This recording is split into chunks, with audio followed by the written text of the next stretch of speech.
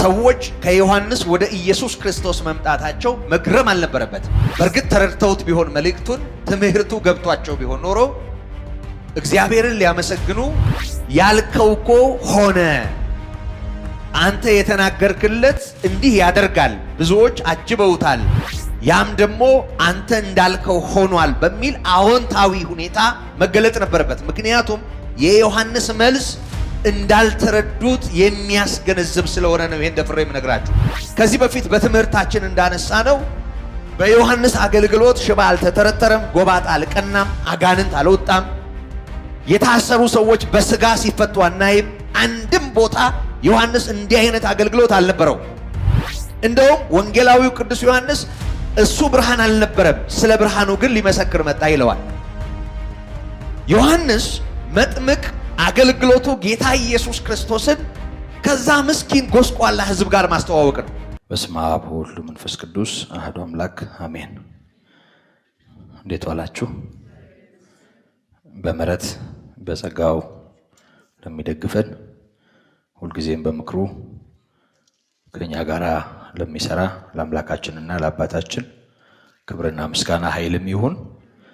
እንደ ጌታ ምሕረት በዮሐንስ ወንጌል ምዕራፍ 3 ከቁጥር 22 ጀምሮ እስከ ምዕራፉ ፍጻሜ ያለውን እንመለከታለን።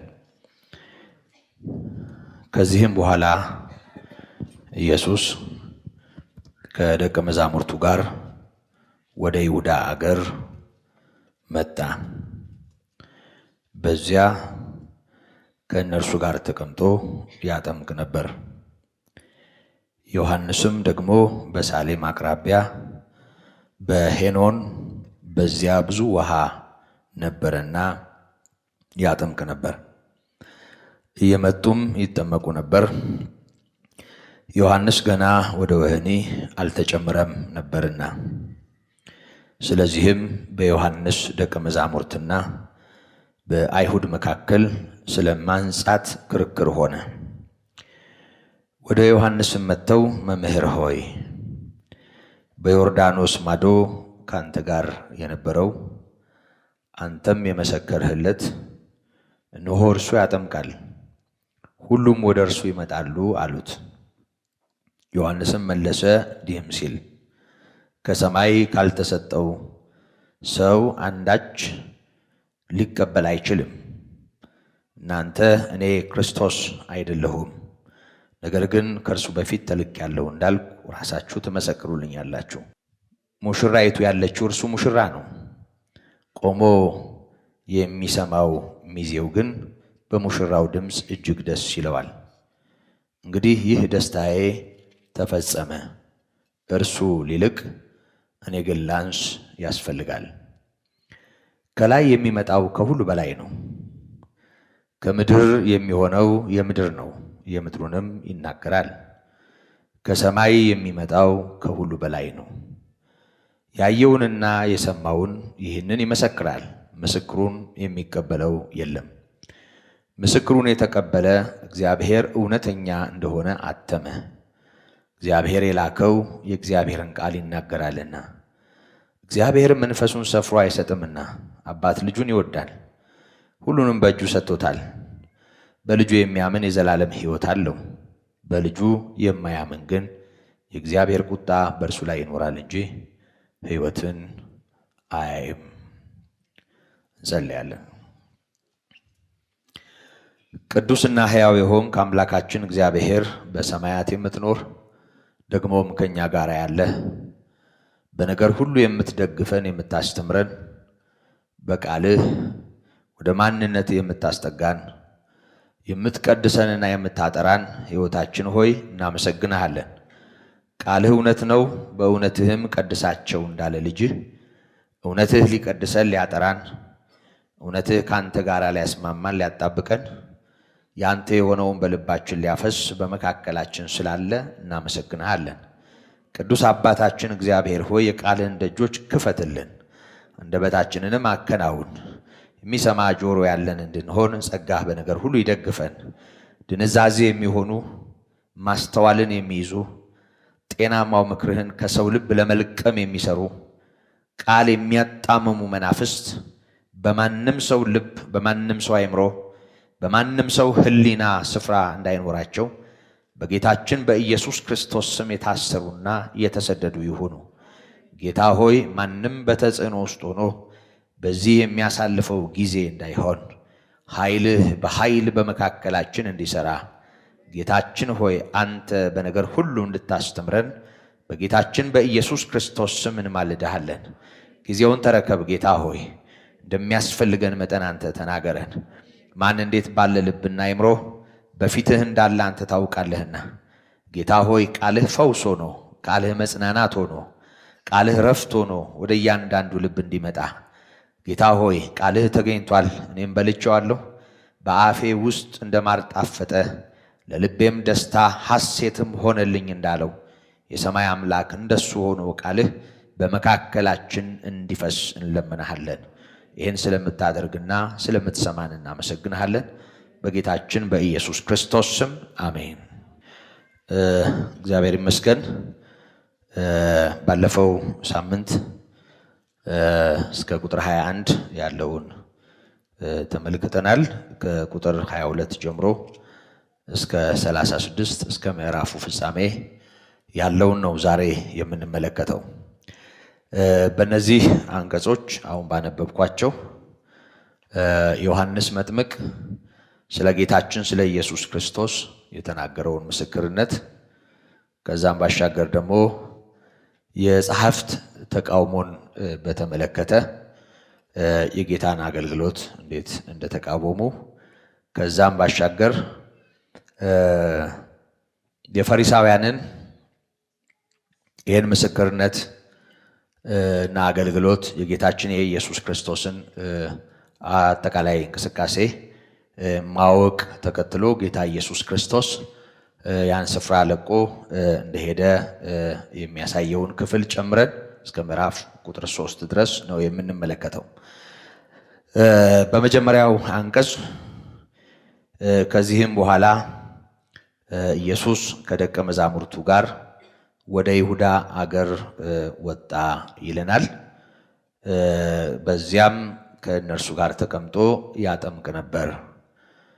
ዮሐንስም ደግሞ በሳሌም አቅራቢያ በሄኖን በዚያ ብዙ ውሃ ነበርና ያጠምቅ ነበር፣ እየመጡም ይጠመቁ ነበር። ዮሐንስ ገና ወደ ወህኒ አልተጨመረም ነበር ይለናል። ጌታ ኢየሱስ ክርስቶስ በይሁዳ አውራጃ አገልግሎት ለመጀመር ወደዛ ጉዞ መቀጠሉን ይነግረናል። ከዚህ በፊት ምዕራፍ 2ን ስንማር ገሊላ ላይ የነበረውን አገልግሎት በተመለከተ ውሃን ወይን ጠጅ ካደረገበት ተአምር የተነሳ ደቀ መዛሙርቱ ጌታን እንዳመኑ ይሄንንም ተከትሎ ጌታችን ኢየሱስ ክርስቶስ ስለ ቤተ መቅደስ መፍረስና መታነጽ እንደተናገረ ይሄንኑም ተከትሎ ጌታችን መድኃኒታችን ኢየሱስ ክርስቶስ በዙሪያው ለነበሩ ሰዎች ልባቸው በእርሱ ባለማመን የተዘጋ ስለመሆኑ መናገሩን ነው የሚነግረን። እንግዲህ በዚህ ክፍል ይህን አገልግሎት ከፈጸመ በኋላ ከዚሁ ጋር በተያያዥነት ኒቆዲሞስ ወደ ጌታችን ወደ ኢየሱስ ክርስቶስ በመምጣት ከጌታ ለመማር ያደረገውን ጥረትና ጌታ ኢየሱስ ክርስቶስ የሚያስፈልግህ ትምህርት ሳይሆን ዳግመኛ መወለድ ነው በማለት አሮጌው ማንነቱ በእውቀትና በተለየ አዲስ ሐሳብ የሚሞላበት እድል ሳይሆን ዳግመኛ በመወለድ የዘላለም ሕይወት የሚያገኝበትን ታላቅ እውነት ይዞ ጌታ መገለጡን ለኒቆዲሞስ እንዳመለከተውና ይህንን ተከትሎ ወንጌላዊው ቅዱስ ዮሐንስ የሰጠውን ምስክርነት ነበር የሰማ ነው። የዮሐንስን ምስክርነት በተመለከተ ወንጌላዊው ቅዱስ ዮሐንስ መጥምቁ ዮሐንስ አይደለም ወንጌላዊው። የዚህ ወንጌል ጸሐፊ ከቁጥር 16 ጀምሮ እስከ 21 ባለው ክፍል በእርሱ የሚያምን የሚያገኘውን የማያምን የሚሆነውን ከዚህ ጋር በተያያዥነት ወደ ዓለም የመጣው ብርሃን መሆኑን መግለጹን ተመልክተናል።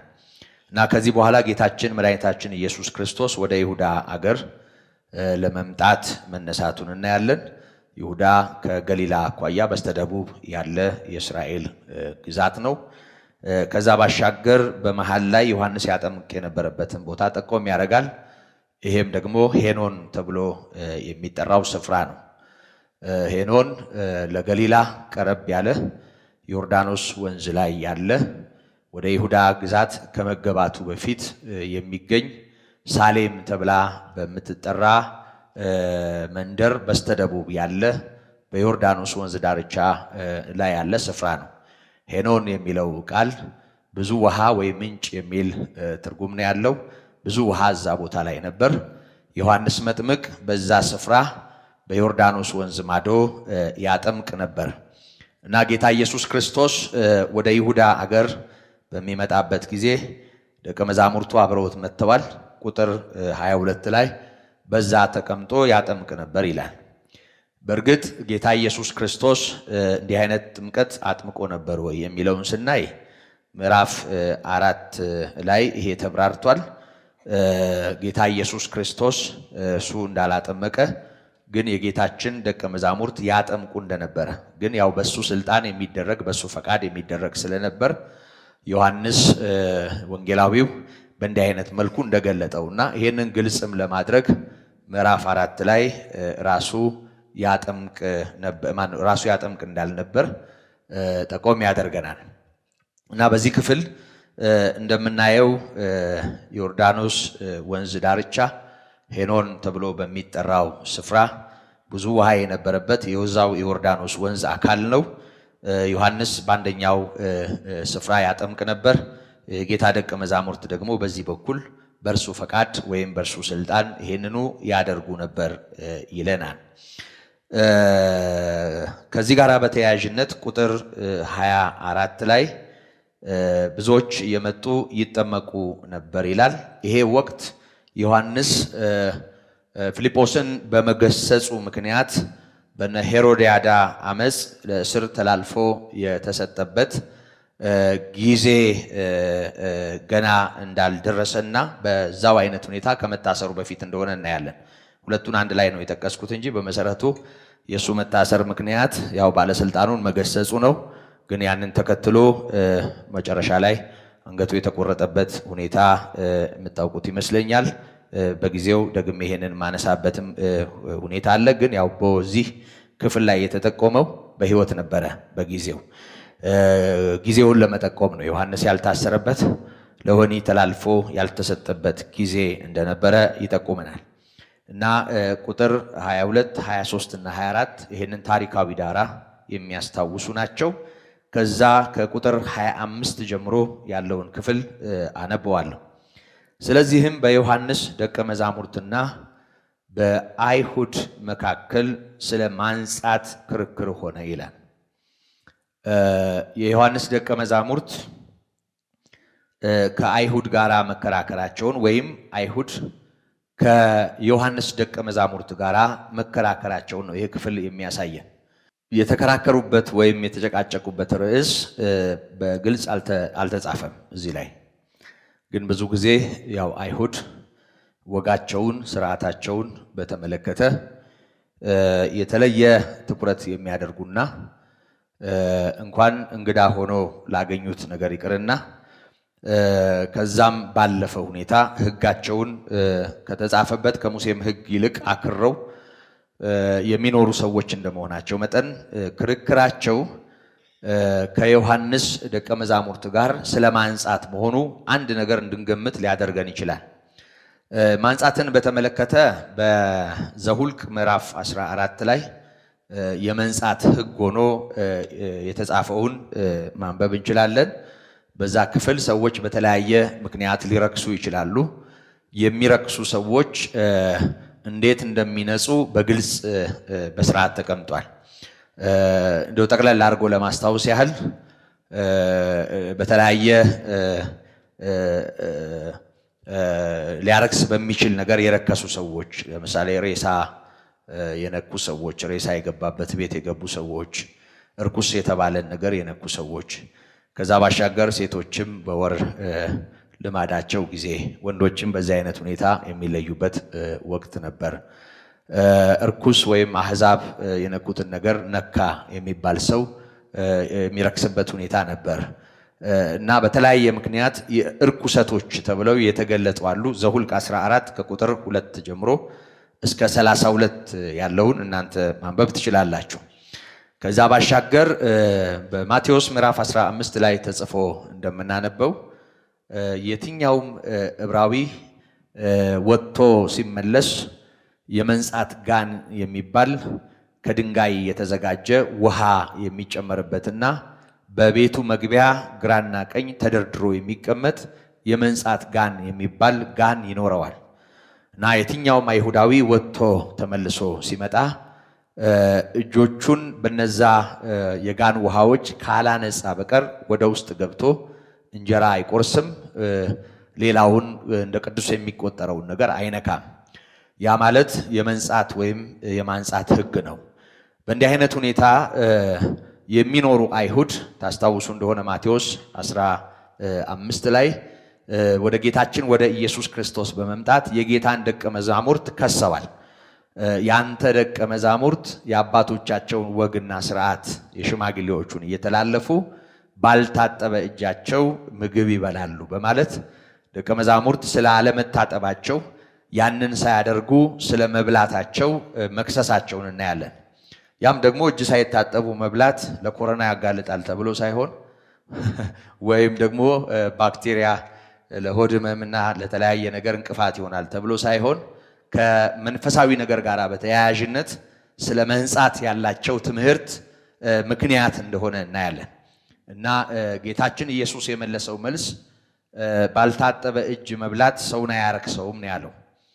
ወደ አፍ የሚገባ ሰውን አያረክሰው። መንፈሳዊ ከሆነው ነገር አኳያ ነው ይሄንን የምናየው። ሰውን የሚያረክሰው ወደ አፍ የሚገባ ሳይሆን ከአፍ የሚወጣ ነው አለ። ያም ከአፍ የሚወጣ ክፉ ነገር ሰውን ያረክሰዋል በማለት እንደውም አንዳንዶቹ ግር ስላላቸው አብራርቶ ያው ምንዝርም ቢሆን ነፍሰ ገዳይነትም ቢሆን ዝሙትም ቢሆን ጠብና ክርክርም ቢሆን ምንጩ የት ነው አለ? የሰው ልብ ነው። ይሄ ሰውን ያረክሰዋል በማለት እርኩሰት ወይም ኃጢአት የሚባለው ነገር ምን እንደሆነ ምንጩ ምን እንደሆነ መናገሩን እናነባለን። ከዚህ የተነሳ በአጠቃላይ የመንጻት ስርዓት ከኃጢአት ስርየት ጋር ይገናኛል። ከኃጢአት ስርየት ጋር የሚገናኘውን ልማዳቸውንና ዮሐንስ መጥምቅ የሚያገለግለውን አገልግሎት ስናነሳ ወይም ስናይ በጣም ከለመዱት ልማድ የተለየ ነው። ምክንያቱም ዮሐንስ መጥምቅ በሄኖን ውሃ ባለበት ስፍራ ቆሞ ብዙዎችን በታላቅ ድምፅ ለንስሐ ይጠራ ነበር። ሰዎች ወደዛ ስፍራ ሲመጡ ኃጢአታቸውን እየተናዘዙ በውሃው ይጠመቁ ነበር። ከዚህ የተነሳ በውሃ መጠመቃቸው ለኃጢአት ስርየት ወይም ለንስሐ የሚሆን ጥምቀት ተብሎ መጠመቃቸው እነሱ ከሚያውቁት የመንጻት ስርዓትና ልማድ ጋራ የማይገናኝ አዲስ ነገር ሊሆን ይችላል። በግልጽ የተከራከሩበትን ምክንያት አናነብም። ነገር ግን ከሁኔታው የምንረዳው ይሄንን ነውና ስለ ማንጻት ክርክር ሆነ፣ ይጨቃጨቁ ነበር፣ ይሟገቱ ነበር ይላል። ቅድም እንዳልኩት አይሁድ ለወጋቸው በጣም ጠንቃቆች ናቸው። ስለ አባቶቻቸው ስርዓት የእግዚአብሔርን ሕግ ጭምር የሚጥሱ ናቸው።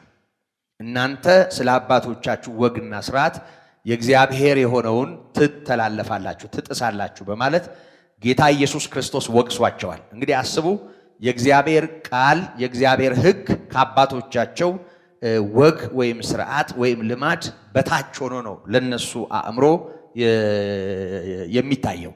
ከዚህ የተነሳ የአባቶቻቸው ወግ አጥብቀው የሚይዙ ሰዎች ናቸው። በዚህ ምክንያት ይሟገቱ ይከራከሩ እንደነበረ እናያለን።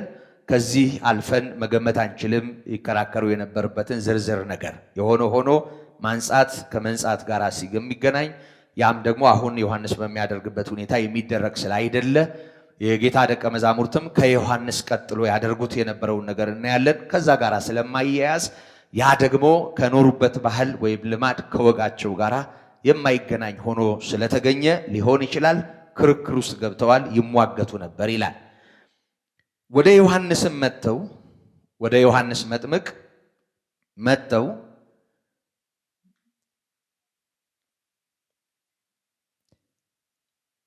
መምህር ሆይ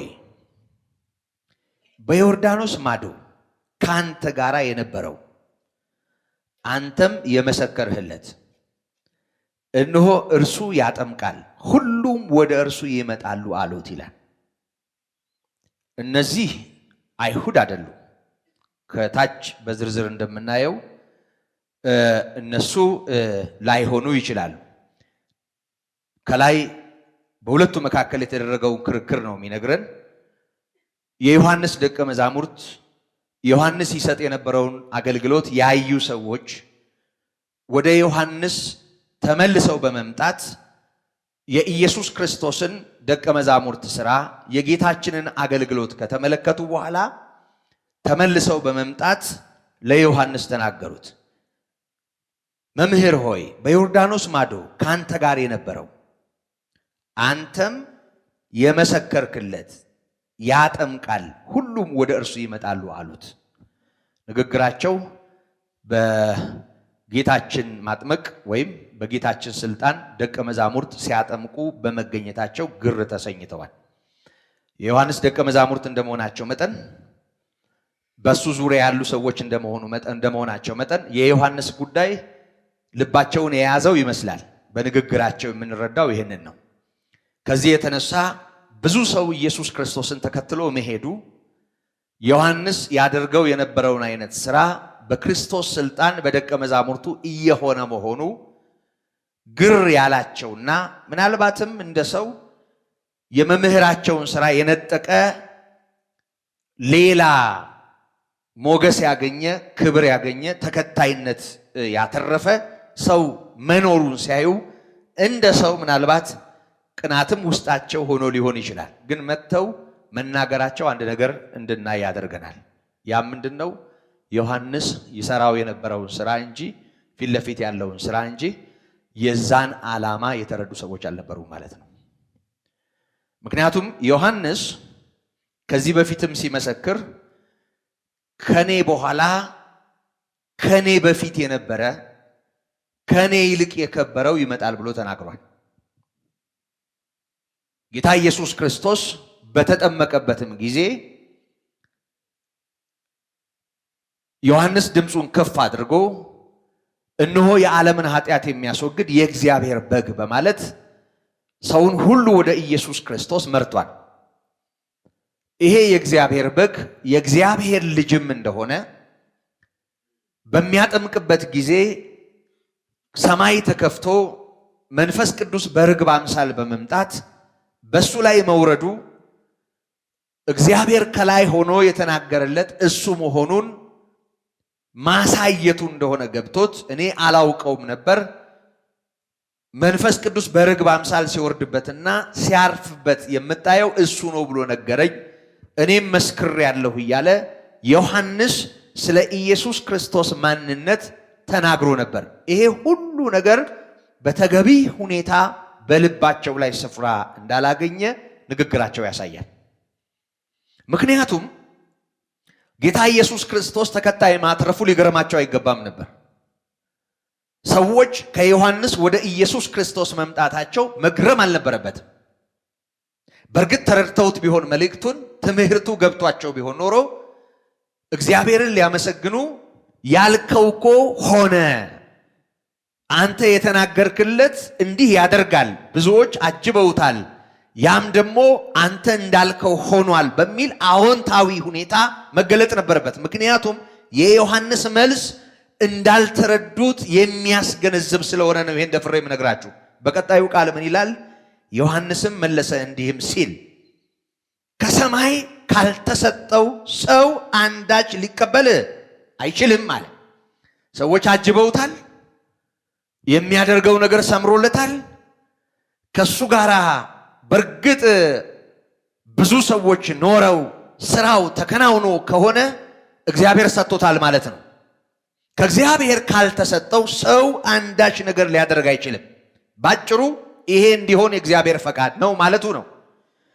ከዛም ባሻገር ቁጥር 28 ላይ እናንተ አለ እኔ ክርስቶስ አይደለሁም፣ ነገር ግን ከእርሱ በፊት ተልኬአለሁ እንዳልኩ ራሳችሁ ትመሰክሩልኛላችሁ። ይህን ተናግሬ ነበር ታስታውሳላችሁ። ከዮሐንስ አገልግሎት 19 ጀምሮ ዮሐንስ 1 ላይ ያለውን ስንመለከት ወደ ዮሐንስ መጥምቅ አይሁድ ሰው አዘጋጅተው ላኩበት። ማለት በማን ስልጣን ነው እሱ ይሄን እያደረገ ያለው? ማን ስልጣን ሰጠው? ይሄ ሁሉ ሰው እንዲያጠምቅ፣ ሰዎችን እንዲገስጽ፣ እንዲያስተምር ማን ነው ይሄንን መብት የሰጠው ብለው የሚጠይቁ ሰዎችን ላኩበት እና በላኩበት ጊዜ የነበረውን አገልግሎት ዮሐንስ ደስ በሚል ቋንቋ ነው የገለጠው። መሰከረ፣ አልካደም ይለዋል። ማለት ይህን ክፍል በተመለከትንበት ጊዜ የነበራችሁ ሰዎች ታስታውሱ እንደሆነ ኢየሱስ ጌታ ነው ማለት በጣም ትልቅ ምስክርነት ነው። ግን ኢየሱስ ጌታ ነው ማለት ብቻም ሳይሆን እኛ ጌታ አይደለንም ማለትም የዛኑ ያህል ትልቅ ነገር ነው። አንዳንድ ጊዜ በቃላችን የጌታን ጌትነት እናወራለን፣ ኃይልና አሸናፊነት እናወራለን። ግን ግብሩንና ማንነቱን እንሻማለን። ራሳችንን እንደ ጌታ እናስቀምጣለን። ራሳችንን ጌታ ባለበት ቦታ በተግባር አሁን አንዳንድ ጊዜ በእኛ አገር ኮንቴክስት ላውራና ለምሳሌ ቅዱሳን በተመለከተ እኛ አምላክ ናቸዋል፣ እኛ ፈጣሪ ናቸዋል ይላሉ ሰዎች አይደል? ልክ ነው፣ አምላክ ናቸው ይላሉ እንል ነበር ድሮ። ሚካኤል አምላክ ነው፣ ጊዮርጊስስ ብለን እናውቃለን? አናውቅም። እና እዛስ ያሉ ሰዎች አምላክ ናቸው ይላሉ? አይመስለኝም። እንደው ጨርሶ ያልተዟዟረበት ከሆነ ይዞረበት የተሽከረከረበት አንዳንዴ በጣም ዝም ብሎ ድንብዥ ያለ አለ። ግን እንደ ትምህርት እንደ አብዛኛው ሰው እሳቤ እኛ እንደሱ እንደማይታመን ነው የምናውቀው። ግን ሰው እግዚአብሔርን ነው ማመልከው ብሎ ግን ለእግዚአብሔር የሚሆነውን ነገር ለሰው ከሰጠ መልአክ አላመልክም ብሎ መልአክን የሚያየው እንደ ክርስቶስ ከሆነ ለጌታ የሚገባው ለመልአክ የሚያደርገው ከሆነ ተወደደም ተጠላም መልአክ አላመልክም ይበል እንጂ ያመልካል። ማምለክ ማለት መገዛት ማለት ነው።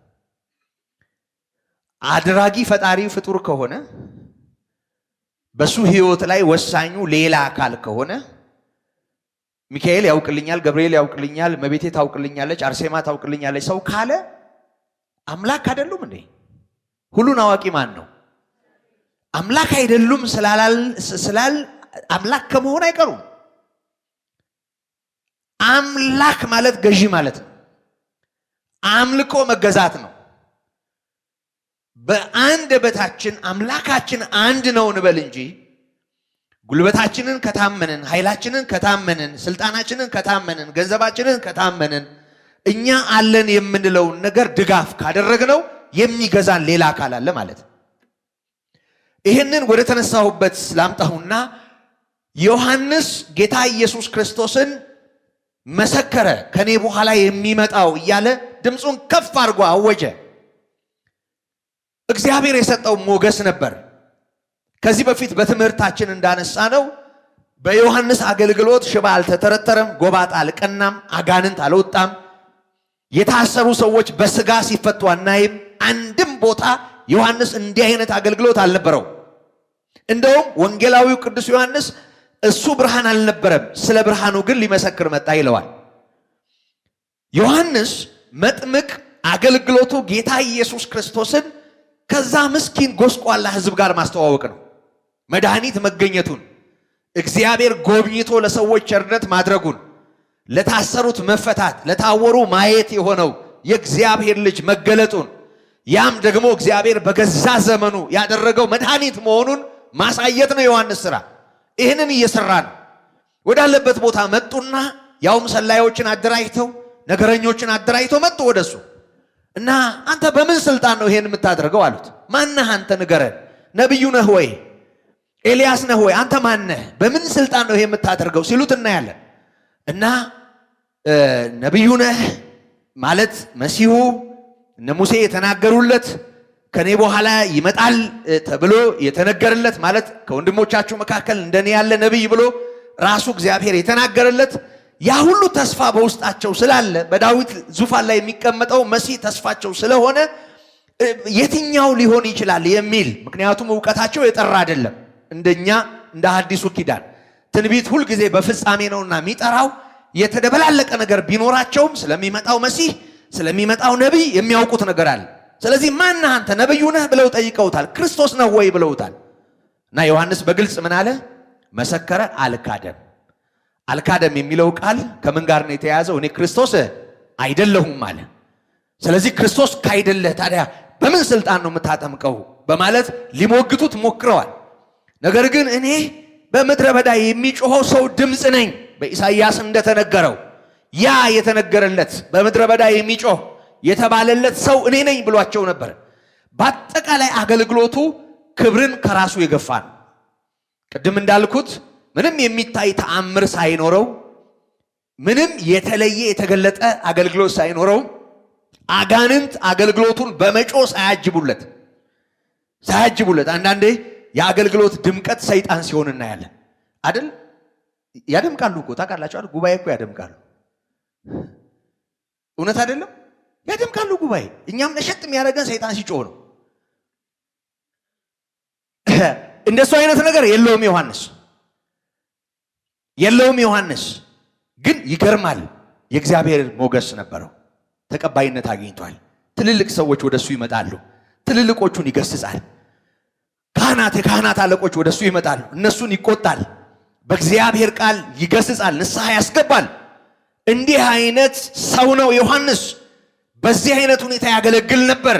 ይሄ ሞገሱ ስቧቸው መጥተው እኔ ክርስቶስ ነኝ ቢላቸው በቃ መጥቷል ብለው ሊያገኑን ሲሆን አላቅም፣ ግን ማነህ አንተ ክርስቶስ ነህ ብለውት ነበር። አልካደም።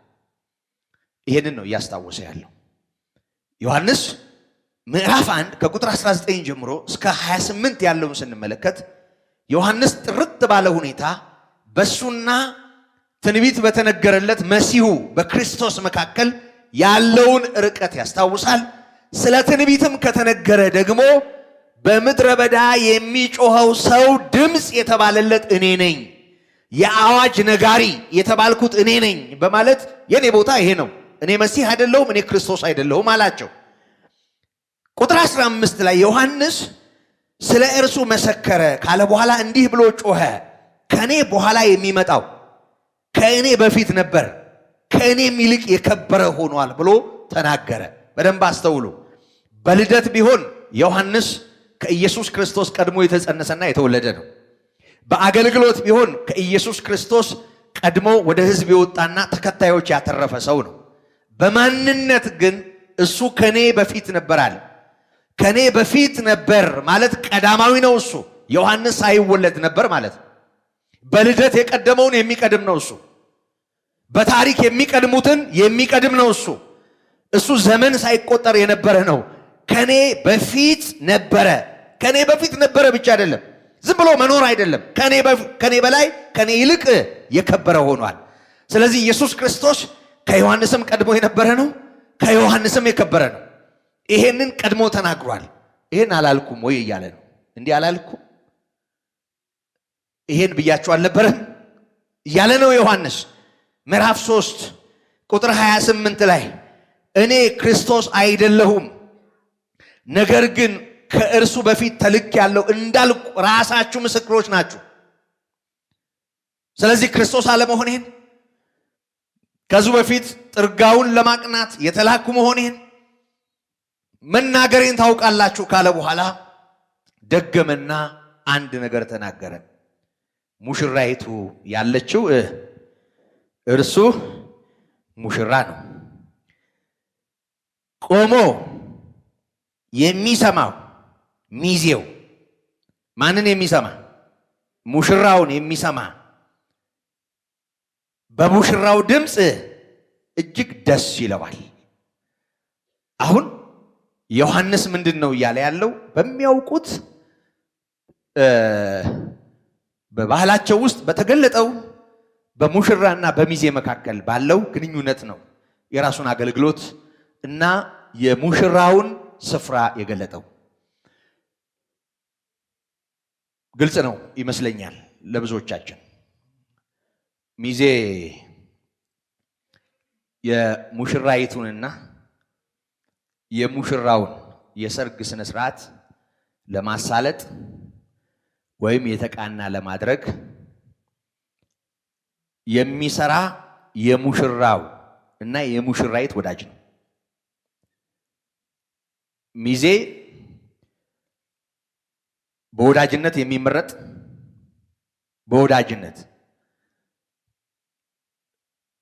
በወዳጅነት የሚመረጥ በጥሩ ጓደኝነት ስፍራ የሚያገኝ ሙሽራው ለሰርጉ ስነ ስርዓት ሙሉ ኃላፊነት የሚጥልበትና የሰርጉን ስነ ስርዓት የሚያስጌጥ የሚያሳምር ኃላፊነት ተሸክሞ የሚሰራ ንቁ አገልጋይ ነው። ሚዜ እንደዚህ ነው ስራ። አሁን ራሱን ያስቀመጠበትን ቦታ ይዩት። ሙሽራይቱ ያለችው እሱ ሙሽራ ነው አለ። በዚህ ንግግር ሙሽራው ጌታ ኢየሱስ ክርስቶስ ነው። ሙሽራይቱ ማናት? ቤተ ክርስቲያን የሚል ስም ከማግኘቷ በፊት ጌታ ኢየሱስ ክርስቶስን በእንዲህ አይነት መልኩ አድምጠው ተከትለው አብረውት የሆኑ ወደ ፍጻሜው ስንመጣ በደሙ የተዋጁ በሞትና በትንሣኤው የእግዚአብሔር ሊሆኑ የተጠሩ እግዚአብሔር በልጁ በኢየሱስ ክርስቶስ ያዳናቸው የሰወራቸው ጌታ በመገለጡ ጌታ ወዳለበት በክብር የሚሄዱ ቅዱሳን በደሙ የተዋጁ እነዚህ ሙሽራ የሙሽራው ሙሽራይቶች ናቸው። ዮሐንስ ምንም ከሱ በፊት ቀድሞ ቢመጣም ስፍራው የሚዜ ቦታ መሆኑን ሲናገር እናያለን። ሚዜ ስራው ሰርጉን ማስዋብ ስለሆነ ዮሐንስ እሱን ነው እየሰራ ያለው። ሙሽራው ከመምጣቱ በፊት ሙሽራይትን የሚያዘጋጅ ሰው ሁሉ ንስሐ እንዲገባ ሥጋ የለበሰ የእግዚአብሔርን ማዳን ለማየት የተዘጋጀ እንዲሆን ጠማማው እንዲቀና ጎደሎ እንዲሞላ ስርጓጉጡ እንዲስተካከል ትልልቅ የሆኑ ሰዎች ጭምር ንስሐ በመግባት ይሄን እውነት ለመቀበል የተዘጋጁ እንዲሆኑ አስቀድሞ በምድረ በዳ እየጮኸ ባኗኗሩ ተለይቶ ባመጋገቡ ጭምር ተለይቶ ከዚህ በፊት ስለ ዮሐንስ በተማርን ጊዜ እንዳነሳ ነው ለዚህ ዓላማ የተወለደና ለዚህ ዓላማ የኖረ ሰው ነው። በጣም የሚገርመኝ ነገር ከዚህ በፊትም አንስቼዋለሁ። ፕሮግራም ለመምራት የተወለደ ነው። ፕሮግራም መሪ በዚህ መጠን መታሰቡ በጣም ይገርማል። በሙሽራውና በሙሽራይቱ መካከል ያለውን ጤናማ ግንኙነት ለመጠበቅ በሚሆነው ነገር ደስታን ለመካፈል የራሱን ስፍራ አውቆ ለመስራት የተጠራ የተወለደ ሰው ነው። ሲጸነስ እንዴት እንደተጸነሰ፣ ሲወለድ እንዴት እንደተወለደ፣ ኑሮው የት እንደነበረ፣ አገልግሎት እንዴት እንደጀመረ፣ የአገልግሎቱ ሁኔታ ምን ይመስል እንደነበረ በተደጋጋሚ አንስተናል። ዮሐንስ በተለይ በምዕራፍ 1 ላይ እንደተመለከትነው ለዚህ ዓላማ የኖረ ሰው ነው። ይህን አገልግሎቱንም ፈጽሞ አንቀላፍቷል፣ ሰማዕት ሆኗል። ለዚህ ብቻ የመጣ ሰው እና ስራው ምንድን ነው ማለት ነው?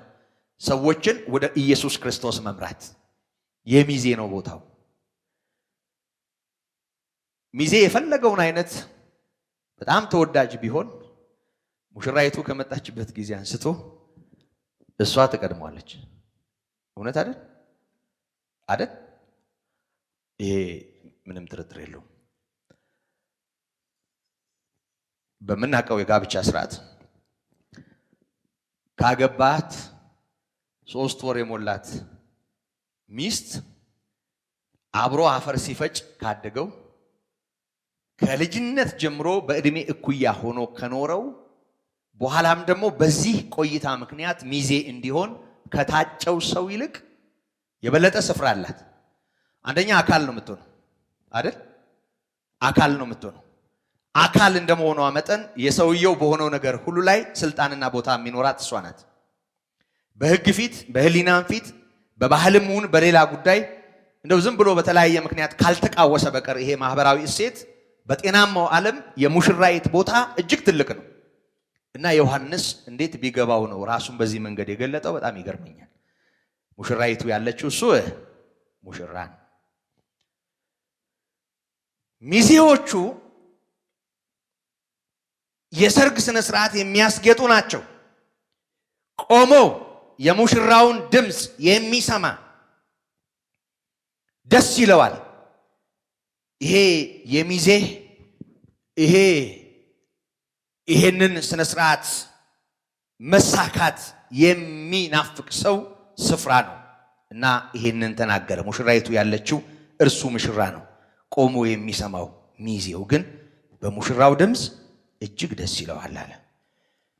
ዮሐንስ የሚዜ ቦታ ይዞ መገኘቱን እናስተውላለን። እና አንድ ቦታ ጌታ ኢየሱስ ክርስቶስ ከሴቶች ከተወለዱት ከዮሐንስ የሚበልጥ ማንም የለም አለ አይደል? ግን በመንግስተ ሰማያት ከሁሉ የሚያንሰው እሱ ይቀድመዋል ወይም ይበልጠዋል። ምን ማለት ነው? በመንግስተ ሰማያት ከሁሉ የማያንሰው ማን ነው? ይኸውላችሁ ስለ ኢየሱስ አይደለም የተነገረው። በደንብ ስሙኝ። ይኸውላችሁ አሁን እንዳልኩት ሙሽራ ሚዜ አብሮ የኖረ እንኳ ቢሆን በመጨረሻ ሰዓት መጣ ከሚዜው ይልቅ ትልቁን ቦታ የምትይዝ ናት። ሙሽራ እነማን ናቸው? ማን ነው ሙሽራ? ትሰማላችሁ? ይሄ ጉባኤ ምንድን ነው ለክርስቶስ? ሙሽራይት ይሁን ጥሩ፣ አማርኛው ችግር የለው፣ ሴት ጾታ ማድረግ ነው። ሙሽራይት። ይሄ ጉባኤ ለክርስቶስ ምንድን ነው? ከዮሐንስ መጥምቅ አገልግሎት ከስንት ዘመን በኋላ የመጣን ሰዎች ከዮሐንስ መጥምቅ አኳያ ሲታይ እንዲሁ ዝም ብሎ ሲታይ ከኖርንበት ኑሮ እሱ ከነበረው አገልግሎት ሲታይ ከየት ቦታ የመጣ ከተለያየ ቦታ ተለቃቅመን በእግዚአብሔር ምሕረት በኢየሱስ ክርስቶስ ደም ታጥበን እግዚአብሔር ንጽሕትና ያለ ነውር ያለ ነቀፋ እንድትሆን በልጁ ደም በቀደሳት ቤተክርስቲያን የአካል ብልቶች የሆንና የሙሽራይቱን ቦታ የያዝንን እኛ። ዮሐንስ በጣም የተከበረ ሰው ነው። ከሴቶች ከተወለዱ ከሱ ከፍ ያለ ማንነት ያለው ሰው አልነበረም። እጅግ የተከበረ ለጌታችን ለኢየሱስ ክርስቶስ ቅርብ የሆነ ይመጣል ብሎ ተናግሮ ይሄው መጣ ማለት የቻለ ትንቢት ከፍጻሜ ማገናኘት የቻለ እድለኛ ሰው ነው። ጌታ ኢየሱስ ክርስቶስን ያጠመቀ ነው። ለጌታ ልብ ለማዘጋጀት የተመረጠ ሰው ነው። ግን ሺህ ጊዜ የተከበረ ቢሆንም ሙሽራይቱ የሚኖራት ቦታ እጅግ የሚልቅ ስለሆነ በዛች የሙሽራይቱ አካል ሙሽራ የቤተክርስቲያን ማለት ነው። ቤተክርስቲያን የክርስቶስ አካል ናት። በክርስቶስ አካል ውስጥ እያንዳንዱ ብልት ነው። ብልት በመሆን ወደዚህ የመጣ አንድ ሰው ከሱ ይልቅ ከዮሐንስ ይልቅ ከፍ ያለ ነው። ምን ማለት ነው? ቦታው የሙሽራይትን ቦታ ስለሚይዝ። ስለዚህ አስተውሉ፣ ዮሐንስ ትልቅ ሰው ነው። ግን በደሙ የተዋጁ ቅዱሳን ከዮሐንስ ይልቅ የላቁ ናቸው። ደግሞ ከሁሉ የሚልቅ አለ፣ ሙሽራው። ዮሐንስ ይህንን እየተናገረ ነው። ሙሽራው በሙሽራው ድምፅ እጅግ ደስ ይለዋል። ሚዜው እንዲህ ካለ በኋላ እንግዲህ ይህ ደስታ የተፈጸመ አለ። እርሱ ሊልቅ እኔ ላንስ ያስፈልጋል፣ በቃ ይገባል እያለን ያለው። ከዚህ በኋላ ዮሐንስ በሰው ፊት ጎልቶ መታየት እንደማይገባው ወንጌላዊው ቅዱስ ዮሐንስ ይሄንን ሲመዘግብ በጊዜው ዮሐንስ ወደ ወህኒ አልተጨመረም ብሎ መጠቆሙ ይሄንንም እውነታ ታሳቢ ያደረገ ይመስላል። አጻጻፉ እኔ ላንስ ያስፈልጋል፣ እርሱ ሊልቅ ያስፈልጋል፣ ደስታ የተፈጸመ አለ። ምን ማለት ነው? በሌላ ቋንቋ ኢየሱስ ክርስቶስ ሊደመጥ ይገባዋል። ኢየሱስ ክርስቶስ ሊታመን ይገባዋል። ኢየሱስ ክርስቶስ ሊታጀብ ይገባዋል። ሰው ሁሉ ወደ ኢየሱስ ክርስቶስ ሊመጣ ይገባል። ይሄ እንዲሆን ነበር የሰራሁት። ደስታዬ ተፈጸመ፣ ፍጹም ሆነ፣ እሱ ይላቅ፣ እኔ ላንስ ያስፈልጋል በማለት ዮሐንስ የራሱን አገልግሎት ከኢየሱስ ክርስቶስ አኳያ አነጻጽሮ እሱ ከፍ ያለ መሆኑን ወደ እሱ መሄዳቸው ልክ መሆኑን ተናገረ። ይሄን ካለ በኋላ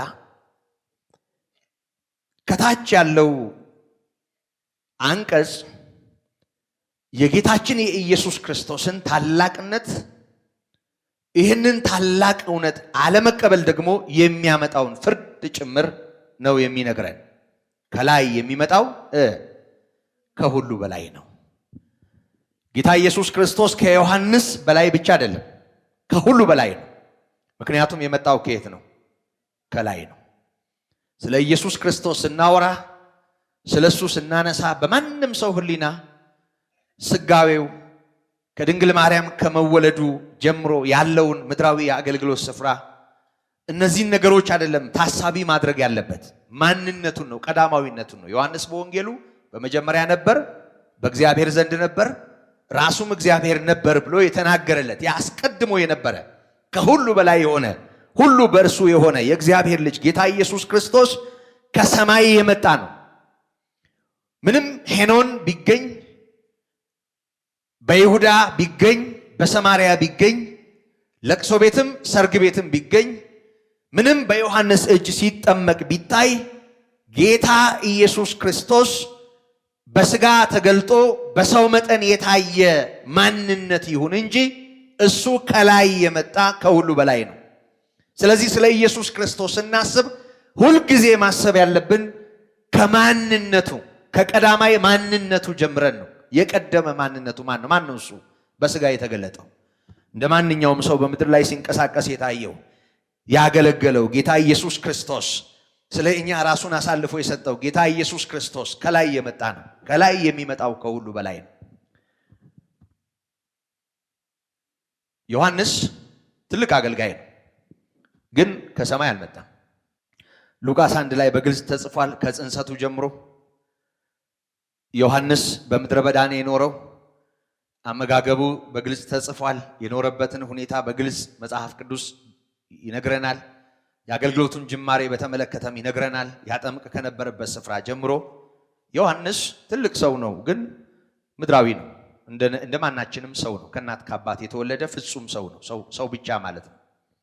ጌታ ኢየሱስ ክርስቶስ ከዛ ይለያል። ከላይ የመጣ ነው። እርሱ ከሁሉ በላይ ነው። ከምድር የሚሆነው የምድር ነው ይልና የምድሩንም ይናገራል። ከምድር የሚሆነው የምድር ነው፣ የምድሩንም ይናገራል። የምድሩን ይናገራል ማለት ምን ማለት ነው? የተገለጠውን በምድር ላይ የታየውን በምድር ላይ ለሰው ያልተሸሸገውን እሱን ይናገራል። ዮሐንስ በእግዚአብሔር መንፈስ እያገለገለ ነው። ሰዎችን ወደ እግዚአብሔር እየጠራ ነው። እንደ ኢየሱስ ክርስቶስ ስለ እግዚአብሔር አብ መናገር አይችልም። በክርስቶስ መጠን አባቱን መግለጥ አይችልም። ኢየሱስ የእግዚአብሔር ልጅ እንደመሆኑ ከላይ እንደመምጣቱ እግዚአብሔርን እንደማወቁ እግዚአብሔርን መተረክ፣ እግዚአብሔርን ማሳየት፣ እግዚአብሔርን ለሰዎች በግልጽ ማስረዳት ይችላል። የትኛውም አገልጋይ በብሉይ ኪዳንም ሆነ በሐዲስ ኪዳን ያለ አገልጋይ እንደ ማንኛውም ሰው ከሰው ተወልዶ ከምድር ተነስቶ የእግዚአብሔር የሆነውን በተገለጠበት መጠን የሚናገር ነው። ጌታ ኢየሱስ ግን ከሱ ያልፋል። ከሱ ያልፋል ማለት ምን ማለት ነው? ለሰው ግልጽ ያልሆነ ለሰው ያልተብራራ ሰው ያልደረሰበትን የእግዚአብሔር ማንነት ያውቃል፣ ከእግዚአብሔር ዘንድ የመጣ ስለሆነ። ስለዚህ ከምድር የሆነው ከምድር ነው ማለቱ፣ የምድሩንም ይናገራል ማለቱ የዮሐንስ አገልግሎት እግዚአብሔር የገለጠለትን ደግሞም እንደ ዮሐንስ ያሉ ሰዎች በዚህ መጠን ይናገራሉ። ከክርስቶስ አኳያ ነው በንጽጽር እየቀረበ ያለው። ከሰማይ የሚመጣው ግን ከሁሉ በላይ ነው። ይሄንን ደጋግሞ ሲናገር እናያለን። ከሁሉ በላይ ነው። ከዮሐንስ ብቻ አይደለም፣ ከነገስታት ከመኳንንት በምድር ላይ በየትኛውም አይነት ክብር ከሚኖሩ ኃያላን እጅግ የላቀ ነው። ከሁሉ በላይ የሚለውን ደጋግሞ እየተናገረ ነው። እሱ ሊልቅ ይገባዋል። እሱ ከፍ ሊል ይገባዋል። ከዮሐንስ ብቻ አይደለም፣ ከሁሉም ሊልቅ ይገባዋል። ምክንያቱም ከሁሉ በላይ ስለሆነ ከሰማይ የሚሆነው ከሁሉ በላይ ነው። ያየውንና የሰማውን ይህን ይመሰክራል፣ ምስክሩን የሚቀበለው የለም። ይሄ ከላይ የሚመጣው የሚናገረው ያየውን ነው፣ የሚናገረው የሚያውቀውን ነው፣ የሚናገረው ከላይ የሆነውን ነው። ግን የሚያሳዝነው ነገር ምስክሩን የሚቀበለው የለም ማለት ጌታ ለኒቆዲሞስ እዚህ ምዕራፍ 3 ቁጥር 21 ላይ ሲናገር እውነት እውነት እልሃለሁ የምናውቀውን እንናገራለን አለ፣ ያየነውንም እንመሰክራለን፣ ምስክርነታችንን አትቀበሉትም አለ። ኒቆዲሞስን እንደ አንድ ሰው አይደለም እየተናገረ ያለው። ኒቆዲሞስን እንደ መላው አይሁድ ነው፣ የአይሁድ አለቃ ስለሆነ ስለ ዳግም ልደት ሲነግረውም ዳግመኛ ልትወለድ ያስፈልጋል አይደለም ያለው፣ ዳግመኛ ልትወለዱ ያስፈልጋችኋል ነው ያለው። አንተ ዳግመኛ ካልተወለድክ የዘላለም ሕይወት አታገኝም፣ እግዚአብሔር መንግሥት አትወርስም አይደለም ያለው፣ ሰው ዳግመኛ ካልተወለደ። ስለዚህ ንግግሩና ምስክርነቱ የጌታችን የኢየሱስ ክርስቶስ ንግግር አይሁድን ማነው ኒቆዲሞስን እንደ አንድ ግለሰብ ያየ አይደለም፣ እንዳለ ሕዝቡን የሚወክል ያንን ማህበረሰብ የሚወክል የሚቃወመውን የሚሰቅለውን የሚያሳድደውን ማህበረሰብ የሚወክል ደግሞ በእውቀትና በፊደል ሕይወትን የሚለካውን ማህበረሰብ የሚወክል ሆኖ መገኘቱን ከዚህ በፊት ተምረናል። በዚሁ ቋንቋ ጌታችን ኢየሱስ ክርስቶስ ነው ያየውን ይመሰክራል የሚባልለት። ምክንያቱም ለኒቆዲሞስ ያየነውን ነው የምንመሰክረው፣ ግን ምስክርነታችንን አትቀበሉትም አለ። ስለ አባቱ የተናገረውን አላመኑትም። እንደውም ጌታ ኢየሱስ ስለ አብ የተናገረው ነገር ነው ለሞት ያበቃው። ይህን ታውቃላችሁ። በዮሐንስ ወንጌል ምዕራፍ 5 ላይ ስለዛ ሽባ ሰው መዳን በተጻፈበት ክፍል መጻጉዕ ስለምንለው በሽተኛ ወይም ህመምተኛ ሰውዬ ልክ እሱ እንደዳነ ከዛ ጋር ተያይዞ ሰንበትን በተመለከተ ክርክር ተነሳ እና ይሄ ሰው ከእግዚአብሔር ቢሆን ኖሮ እንዴት በሰንበት ይፈውስ ነበር? ከእግዚአብሔር ስላልሆነ ነው በማለት ይሄንን እንደ አንድ ነገር አነሱት እና ጌታ ኢየሱስ ክርስቶስ ምን አለ? እስከ ዛሬ ድረስ አባቴ ይሰራል እኔም እሰራለሁ አለ። ይሄንን ሲሰሙ በጣም ተበሳጩ። እንኪያስ አሉ ከዚህ በኋላ ሰንበትን ስለሻረ ሳይሆን እግዚአብሔር አባቴ ነው ብሎ ራሱን ከአብ ጋር ስላስተካከለ ሊሞት ይገባዋል አሉ። ጌታ ኢየሱስ ክርስቶስ እንዲሞት እንዲፈረድበት ካደረጉ ምክንያቶች አንዱ የእግዚአብሔር ልጅ ነኝ ብሎ መናገሩ። ስለዚህ የእግዚአብሔር ልጅነቱን መናገሩ፣ ስለ እግዚአብሔር መናገሩ በዚህ መጠን እንዲጠላ ካደረገው እንዲሞትም ምክንያት ከሆነ ምስክርነታችንን አትቀበሉትም የሚለው ንግግር ምን ያህል ሰማያዊ የሆነ ምስክርነት መቀበል የማይችሉ ሰዎች መሆናቸውን የሚያስረዳ ነው። ስለዚህ ጌታ ኢየሱስ ክርስቶስ የሚያየውን የተናገረ፣ እንደ ክርስቶስ ስለ አብ ሊነግረን የሚችል ማንም የለም። እንደ ክርስቶስ ስለ እግዚአብሔር ሊያብራራልን የሚችል ማንም የለም። ጌታ ኢየሱስ ክርስቶስ የነገረን ነው እግዚአብሔር። ግልጽ ነው የምናገረው ነገር፣ ማንም የነገረን አይደለም። ሌሎች ከሱ በኋላ በነብይነት ስም የተነሱ ነቢያት ነን ያሉ ሰዎች ነበሩ። ፈጣሪን በተለየ መልኩ ሊገልጡልን የሞከሩ። እግዚአብሔርን ያየ አንድስ የለም፣ በእቅፉ የሚኖር ወይም ያለ አንድ ልጁ እሱ ተረከው እንዳለ ምዕራፍ 1 ቁጥር 18 ላይ ኢየሱስ ከአብ ጋር የኖረ በአብ ክብር የሚኖር ነው። በመሰረቱ ቃላቱ የነበረን በሚለው አይደለም የተገለጠው፣ በአባቱ እቅፍ ያለ እሱ አንድ ልጁ ተረከው። ማንነቱን ነው የሚያሳየን። በስጋ ተገልጦም ጭምር የት እንዳለ ነው የሚያሳየን። የእግዚአብሔር ልጅነቱ የተሻረ አይደለም። የሰው ልጅ ስለሆነ ስፍራውን ያጣ አይደለም። ዮሐንስ በአባቱ እቅፍ ያለ አንድ ልጁ ተረከው ነው ያለው። ከዛ ባሻገር ራሱ ጌታ ኢየሱስ ለኒቆዲሞስ ከሰማይ ከወረደው በቀር ወደ ሰማይ የወጣ ማንም የለም ባለበት ክፍል በሰማይ የሚኖረው እርሱ በማለት ራሱን መኖሪያውን ይነግረናል። ስለዚህ ይሄ ጌታ በሰማይ የሚኖር ነው። አሁን ያለው የት ነው? በሰማይ በአብ ቀኝ ነው ያለው፣ በግርማው ቀኝ ነው ያለው። ይሄ በተደጋጋሚ ተጽፏል። ስለዚህ ጌታ ኢየሱስ ክርስቶስ ከላይ የመጣ ነው። ደግሞ ተመልሶ ወደ ላይ ሄደ ነው። በአባቱ ቀኝ የሚኖር ነው። ይሄ ጌታ ተገልጧል፣ መስክሯል። ምስክርነቱን ግን ተጋፍተውታል። ምስክርነቱን ተቃውመዋል። እና ምንድነው እያለ ያለው ቃሉ? ምስክርነቱን የተቀበለ እግዚአብሔር እውነተኛ እንደሆነ አተመ ይላል። የኢየሱስ ክርስቶስን ምስክርነት የተቀበለ ሰው እግዚአብሔር እውነተኛ መሆኑን አተመ፣ አረጋገጠ ማለት ነው። እግዚአብሔር ልክ ነው ማለት ነው። ኢየሱስ ልክ ነው ማለት እግዚአብሔር ልክ ነው ማለት ነው። አንድ ሰው የተናገረውን ነገር ስንቀበለው ማለትም ልባችን በዛ ነገር አርፎ ልክ ነው ስንል ያንን ሰው ማመናችን ነው። ወደዚህ ስንመጣ ኢየሱስ ክርስቶስ የተናገረውን ማመን ከዚህም ያልፋል። ማንን ማመን ነው? እግዚአብሔርን ማመን ነው።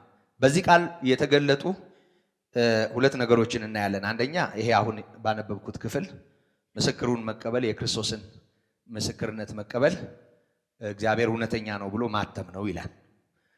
ከዛ ባሻገር በአንደኛ ዮሐንስ መልእክት ምዕራፍ 1 ላይ ኃጢአት የለብንም ብንል እንዋሻለን፣ እርሱንም ሐሰተኛ እናደርገዋለን ይላል። ይኸውላችሁ እንዋሻለን አንድ ጉዳይ ነው። እግዚአብሔርን ሐሰተኛ እናደርገዋለን። ኃጢአት የለብንም ብንል ሁሉ ኃጢአትን ሰርተዋል፣ የእግዚአብሔር ክብር ጎድሏቸዋል ብሎ በቅዱሳን የተናገረውን እግዚአብሔርን እያለሁ ነው ያለ ነው። እኔ ኃጢአተኛ አይደለሁም፣ መድኃኒት አያስፈልገኝም፣ ሌላ ቤዛ እኔን የሚረዳ አያስፈልገኝም፣ ራሴ ልድን እችላለሁ፣ በቃ በስራዬ ነው የሚል ሰው ካለ ወይም ደግሞ እኔ ኃጢአት የለብኝም። አንዳንድ ሰዎች ምን እኔ ቄስ ገድያለሁ እንዴ ምን ያረኩ ይላሉ። አይገባኝም ንግግሩ ምን እንደሆነ፣ ግን ቄስ አልገደልኩ ይላሉ እናቶች። በተለይ በዚህ ጉዳይ እንግዲህ ሰው አልገደልኩም ይሆን ሐሳቡ አልገባኝም። ምን የቄስ ገድያለሁ እንዴ ይሄን ያህል ምናምን የሚሉ ሰዎች አሉ። ኃጢአተኛ አይደለሁም ነው በሌላ ቋንቋ። ያን ያህል እኔ ነውረኛ አይደለሁም ነው በሌላ ቋንቋ። ነውረኛ አይደለሁም ማለት ሰው ሁሉ ኃጢአትን ሰርቷል ብሎ ስለ ኃጢአት አንድ ልጁን የሰጠውን እግዚአብሔርን በቃ በከንቱ ነው ይሄን ያደረገው ማለት ነው። ምን ማለት ነው? በሌላ ቋንቋ እግዚአብሔርን ውሸታም ማለት ነው። ሰው እግዚአብሔርን ውሸታም ብሎ የት ይገባል? እግዚአብሔር እውነት ነው። እውነተኛ አምላክ ብቻም ሳይሆን እውነት ነው እግዚአብሔር። ሰው እግዚአብሔርን ውሸታም ብሎ የትም ሊገባ እንደማይችል እንዲሁ ምስክርነቱን የማይቀበል እግዚአብሔርን እውነተኛ ብሎ የማያምን ነው። የተቀበለ ደግሞ እግዚአብሔር እውነተኛ ነው ብሎ ማተሙ ነው። እግዚአብሔር ይመስገን። በዚህ ደስ ይላችኋል ወገኖቼ? በምን? ምስክሩን ስለተቀበልን። ምስክሩን በመቀበል እግዚአብሔር እውነተኛ መሆኑን አረጋግጠናል። ስለዚህ እግዚአብሔር ይመስገን። ምስክሩን የተቀበለ እግዚአብሔርን ተቀብሏል ማለት ነው፣ አጽድቋል ማለት ነው። ምስክሩን የተቀበለ እግዚአብሔር እውነተኛ እንደሆነ አተመ ይልና እግዚአብሔር የላከው የእግዚአብሔርን ቃል ይናገራልና እግዚአብሔር መንፈሱን ሰፍሮ አይሰጥምና ይላል። እግዚአብሔር ያልተሰፈረ ያልተቆነጠረ ሰፍሮ አይሰጥም ማለት እንዲለክቶ ተስቆንቁኖ እንደማለት ነው። እግዚአብሔር አፍሶታል በክርስቶስ ምክንያት ሕያው መንፈሱን። በሌላ ቋንቋ ስለ እሱ የሚነገረውን በሕያው እግዚአብሔር መንፈስ የሚመጣውን እውነት የእግዚአብሔርን ቃል መቀበል ማለት ከእግዚአብሔር ጋር መሆን ማለት ነው። በክርስቶስ መጠን የሚሆን ማንም የለም። ግን የሕያው እግዚአብሔር መንፈስ አንደኛ ቆሮንቶስ ምዕራፍ 2 ከቁጥር 8 ጀምሮ ያለውን አንብቡ። እግዚአብሔር ያለውን የሚያውቅ ነው የእግዚአብሔር መንፈስ። እግዚአብሔር ያለውን የሚያውቅ የእግዚአብሔር መንፈስ ከእግዚአብሔር ልብ የእግዚአብሔር የሆነውን ወደኛ ያፈሳል። በእግዚአብሔር መንፈስ በኩል የእግዚአብሔር የሆነውን እንረዳለን። አሁን የወንጌልን እውነት በተመለከተ መንፈስ ቅዱስ ክርስቶስን በማክበር ወደ እውነት በመምራት ጌታ ኢየሱስ እንደነገረን በዮሐንስ 16 ከቁጥር 8 ጀምሮ ቤተክርስቲያንን ወይም ደግሞ እሱን የምንሰማውን ሰዎች እዚህ አድርሶናል፣ ወይም ለዚህ ስራ መጥቷል። ጌታ ኢየሱስ ክርስቶስ ደግሞ የአባቱ የሆነውን በመመስከር በመናገር ሰማያዊውን እውነት ገልጦልናል። እንግዲህ የመጀመሪያው ራሱ ጌታ ኢየሱስ ክርስቶስ የክብሩ መንጸባረቅ የባህሪው ምሳሌ ሆኖ በስጋ የተገለጠ ግን ሰዎች ያልተቀበሉት ሰዎች የሰቀሉት ነው። እግዚአብሔር በመንፈሱ በኩል ደግሞ ያነቃው በእግዚአብሔር መንፈስ የእግዚአብሔርን እውነት የሚናገር እግዚአብሔር መንፈሱን ሰፍሮ ስለማይሰጥ ይሄንን ደግሞ አሜን ብሎ ተቀብሎ ይሄንን እውነት የሚያስተናግድ ከእግዚአብሔር እውነት ጋር የሚስማማ ነው። እግዚአብሔር መንፈሱን ሰፍሮ ስለማይሰጥ ወገኖቼ ክርስቶስን መቀበል በክርስቶስ ማመን በሕያው እግዚአብሔር መንፈስ እርዳታ የሆነልን ነው። እግዚአብሔር ሲልክ እርቃን አይልክም። እግዚአብሔር ሲልክ ባዶውን አይልክም። እግዚአብሔር በመንፈሱ በኩል ነው ሁሉን የሚሰራው እና ጌታ ኢየሱስ ክርስቶስ መጥቷል። ደግሞ የክርስቶስ የሆነውን ብዙዎች ወደኛ ሕይወት አድርሰዋል። የሆነ ሆኖ ይሄንን መቀበል እግዚአብሔርን ትክክል ነህ ማለት ነው። እግዚአብሔር በመንፈሱ በኩል ይሄንን ይገልጣል ያብራራልና ይሄን ካለ በኋላ እግዚአብሔር የላከውን መድኃኒት እንዲሆን የላከውን ልጁን በተመለከተ በእግዚአብሔር ፊት ያለውን ስፍራ ያሳየናል። አባት ልጁን ይወዳል አለ። ይወዳል፣ ሁሉም በእጁ ሰጥቶታል። እግዚአብሔር ልጁን ይወዳል። አባት ልጁን ይወዳል። ሁሉንም በእጁ ሰጥቶታል። አባት እግዚአብሔር አብ ነው። ልጁን ይወዳል። የኢየሱስ ክርስቶስ አባት ልጁን የሚወድና ሁሉን ከሱ በታች ያስገዛ ነው። ዕብራውያን ምዕራፍ 1 እግዚአብሔር እኛን የተናገረበትን የከበረ መናገሪያ ሲናገር እንደዚህ አለ። ለአባቶቻችን በነቢያት ተናግሮ ሁሉን ወራሽ ባደረገው ደግሞ ዓለማትን በፈጠረበት በልጁ በዚህ ዘመን መጨረሻ እኛን ተናገረን። እኛን የተናገረን በልጁ ነው። ይሄን ካለ በኋላ ዓለማትን በፈጠረበት በልጁ በዚህ ዘመን መጨረሻ እኛን ተናገረን። ይሄን ከማለቱ በፊት እደግመዋለሁ ቃሉን ይቅርታ።